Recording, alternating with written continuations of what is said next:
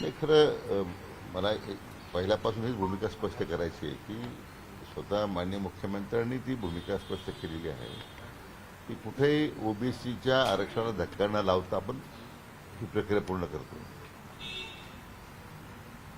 आणि त्यामुळे विनाकारण ओबीसी समाजाच्या ओबीसी विरुद्ध मराठा असं का ते निर्माण होतोय मला अजून काही लक्षात नाही येत नाही. असे काही पुरावे आहेत का आपल्याकडे की ओबीसी आरक्षण कमी होत आहे, जाणार आहे, कमी होणार आहे? हा राईचा पर्वत का उभा राहतो हेच मला कळत नाही. खरं म्हणजे माननीय भुजबळ साहेब हे ज्येष्ठ नेते आहेत, नेहमी त्यांचा मी आदर करत आलेलो आहे. म्हणजे मला खरं त्यांनी काय वक्तव्य केलंय ठीक आहे, काही गैरसमजुतीने त्यानं केलं असेल त्यांनी मला कल्पना नाही, परंतु इतक्या वर्षाच्या आपल्या सार्वजनिक जीवनामध्ये काम करताना मी तर कधी असं मला जाणवलं नाही की आपण ओबीसी विरुद्ध कधी मराठा असा काही प्रश्न निर्माण झालेला आहे. सगळे एकत्रच राहतात. मग मला वाटतं आता तर जवळजवळ 5 रिट पिटिशन दाखल झाल्या मान्य उच्च न्यायालयामध्ये. एक जनहित याचिका दाखल झालेली आहे, सर्वोच्च न्यायालयात एक जनहित याचिका दाखल झालेली आहे. त्यामुळे त्याच्यावर आता अधिक भाष्य करणं, कारण काही भाष्य केलं तर त्याचा कोर्टाच्या कामकाजावर परिणाम होऊ शकतो, कधी कंटेम्प्ट होऊ शकतो. पण शेवटी न्यायालयीन प्रक्रिया ती चालू राहील. त्याला न्यायालयीन प्रक्रिया काय आपण थांबू शकत नाही. तिथे आपली प्रत्येकजण आपली भूमिका मांडणारच आहे. परंतु पुरोगामी महाराष्ट्रामध्ये इतक्या वर्षामध्ये सगळी ज्यावेळी समाजाची माणसं एकत्र राहतात, निवडणूक एकत्र लढतात, सार्वजनिक कार्यक्रम एकत्र करतात, सगळ्या प्रकारचे कार्यक्रम आपण करताना मग तो गणेश चतुर्थीचा कार्यक्रम असेल, दसरा होऊन गेलाय, आता दिवाळी साजरी करतोय. आता दिवाळी साजरी करताना असं कधी होतं का आपण की आता ओबीसीची दिवाळी आहे, मराठ्याची दिवाळी आहे, असं होत नाही कधी. ही सगळ्या कधी अशी समाजाचा सण म्हणून ते साजरा होत नाही. सगळ्या महापुरुषांचे सण सुद्धा आपण जयंती पुण्यतिथी आपण एकत्र साजरी करतोय. ही तेढ का निर्माण होते, तेढ निर्माण करण्याचा का प्रयत्न होतोय, हा खरं मला माझ्यासमोर नेहमी हा प्रश्न आहे. सर्वात महत्वाचं म्हणजे ते थेट भाजपचं नाव घेत आहेत.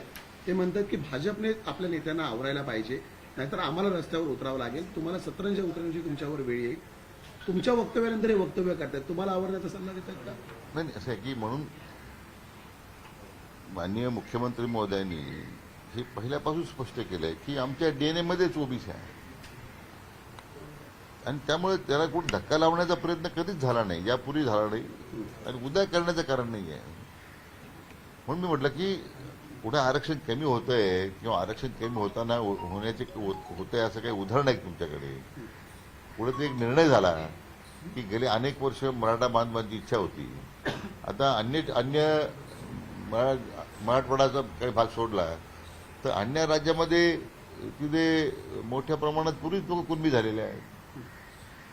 परंतु हैदराबाद गॅजेटच्या संदर्भात अंमलबजावणी करायची, कारण तो तिथल्या जनतेचा तो अधिकार होता. त्यांची अनेक वर्ष त्यांच्यावर झालेली अन्यायाची भावना होती, ती दूर करण्याचा सरकार काही प्रयत्न करतंय आणि ते सुद्धा कायद्याच्या चौकटीत बसून करते, नंबर 1. आणि दुसरं, हे करताना कुठेही ओबीसीच्या आरक्षणात धक्का लागणार नाही ही भूमिका त्याच्यामध्ये स्पष्टपणे आपण घेतलेली आहे. पण त्यांनी असंही म्हटलेलं आहे, मंत्री आहेत, त्यांना शांत करण्यासाठी किंवा त्यांना समजवण्यासाठी काही त्यांच्याशी बातचीत करणार आहात का? कारण सुरुवातीपासून सरकारमध्ये राहूनच सरकारनेच काढलेल्या GR वरती ते प्रश्नचिन्ह उपस्थित करतात, त्यामुळे समाजात एक वेगळा संदेश जाताना दिसतो. किंबहुना तुम्ही सांगितल्याप्रमाणे मुख्यमंत्र्यांच्या आदेशानुसार हा निर्णय झालेला आहे आणि आता भुजबळ जर विरोधी भूमिका घेत आहेत तर ते महायुतीच्या विरोधी भूमिका ठरत नाही का?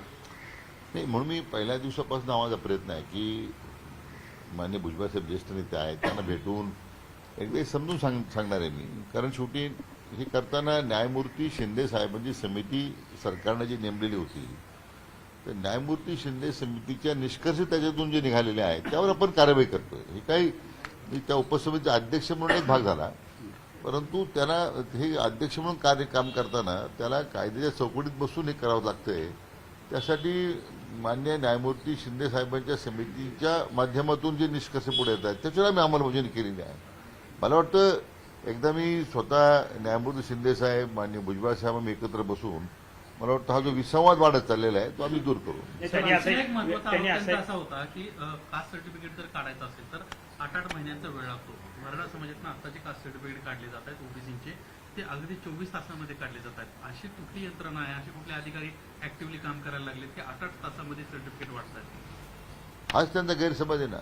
असं कोणी 24 तास दाखले देतच नाही. आजही ज्या तालुका गाव स्तरावर ज्या समित्या नेमलेल्या आहेत त्या समित्याकडे लोक अर्ज करतायत. आता मला त्या भागातील लोकांची मला तक्रार येत आहेत की समित्या काही ठिकाणी गठीत झाल्या नाही, काही ठिकाणी आमचे अर्ज स्वीकारले जात नाही.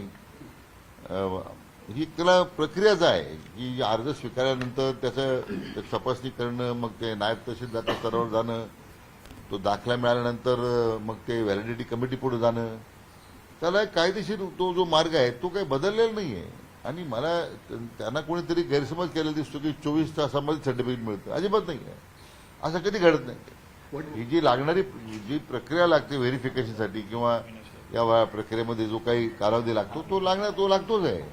मला वाटतं हाच मुद्दा मी सांगत होतो की हा जो गैरसमज झालेला आहे, बऱ्याच गैरसमज पसरवण्याचा प्रयत्न होतोय, विनाकारण ओबीसी विरुद्ध मराठा असा जो वाद निर्माण करण्याचा प्रयत्न होतोय तो खरं म्हणजे आपण तो विसंवाद थांबवण्याची गरज आहे.